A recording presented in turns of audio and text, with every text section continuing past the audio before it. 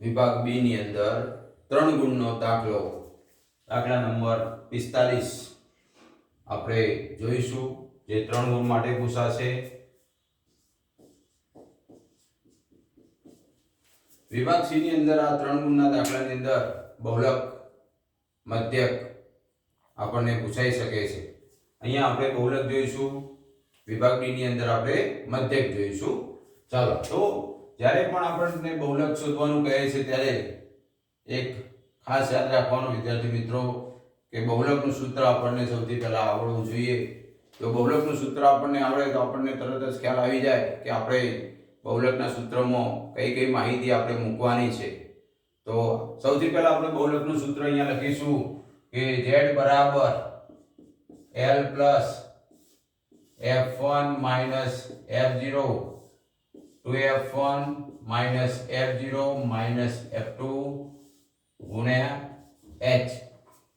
તો આ સૂત્રો પરથી આપણને ખ્યાલ આવી જાય છે કે સૌથી પહેલા આપણે આવૃત્તિ f1 f0 અને f2 નો આપણે શોધીશું। તો જે આવૃત્તિના ખાનામાં જોઈશું તો સૌથી મોટી આવૃત્તિ જે છે 15 જેને આપણે f1 કહીશું, એના સામે આ જે વર્ગ છે 20 થી 24 એને આપણે બહુલકીય વર્ગ કહીએ છીએ। તો બહુલકીય વર્ગ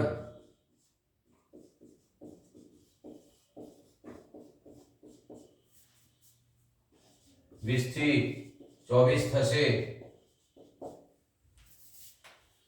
સૌથી મોટી આવૃત્તિ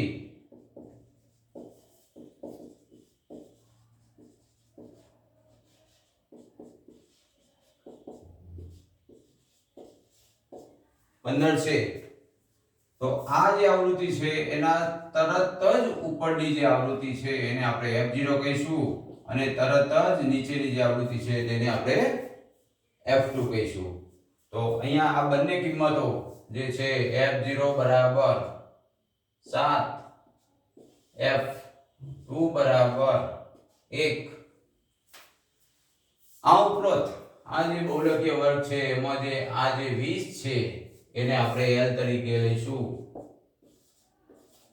અને 20 થી 24 આ જે વર્ગ છે એ વર્ગની વર્ગ લંબાઈ 24 માંથી 20 જાય એટલે કે ઉર્ધ્વ સીમામાંથી અધર સીમાની કિંમત દૂર કરીશું તો આપણને વર્ગની ઊંચાઈ મળશે જે h બરાબર 4 થશે।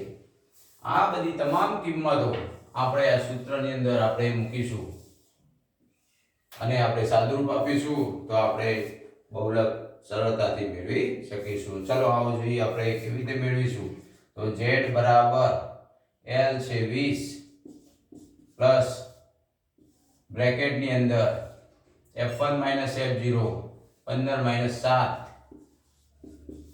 2f1 એટલે આપણે f1 ના ડબલ કરી દઈએ છીએ 15 ના double 30 minus f0 7 minus f2 છે 1 ગુણ્યા h છે 4।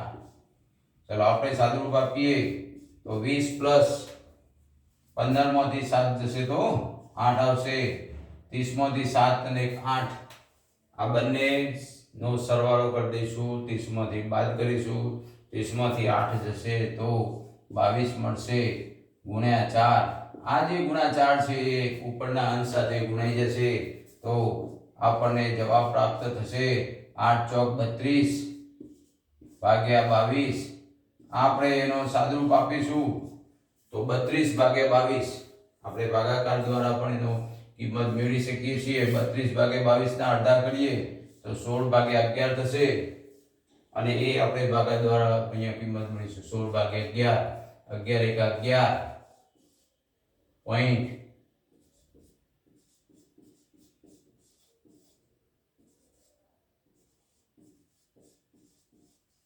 1.45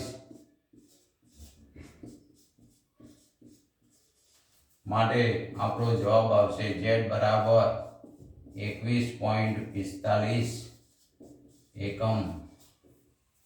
તો આ રીતે વિદ્યાર્થી મિત્રો આપણે બહુલક ખૂબ સરળતાથી ગણીને 3 ગુણ સરળતાથી પ્રાપ્ત કરી શકીશું।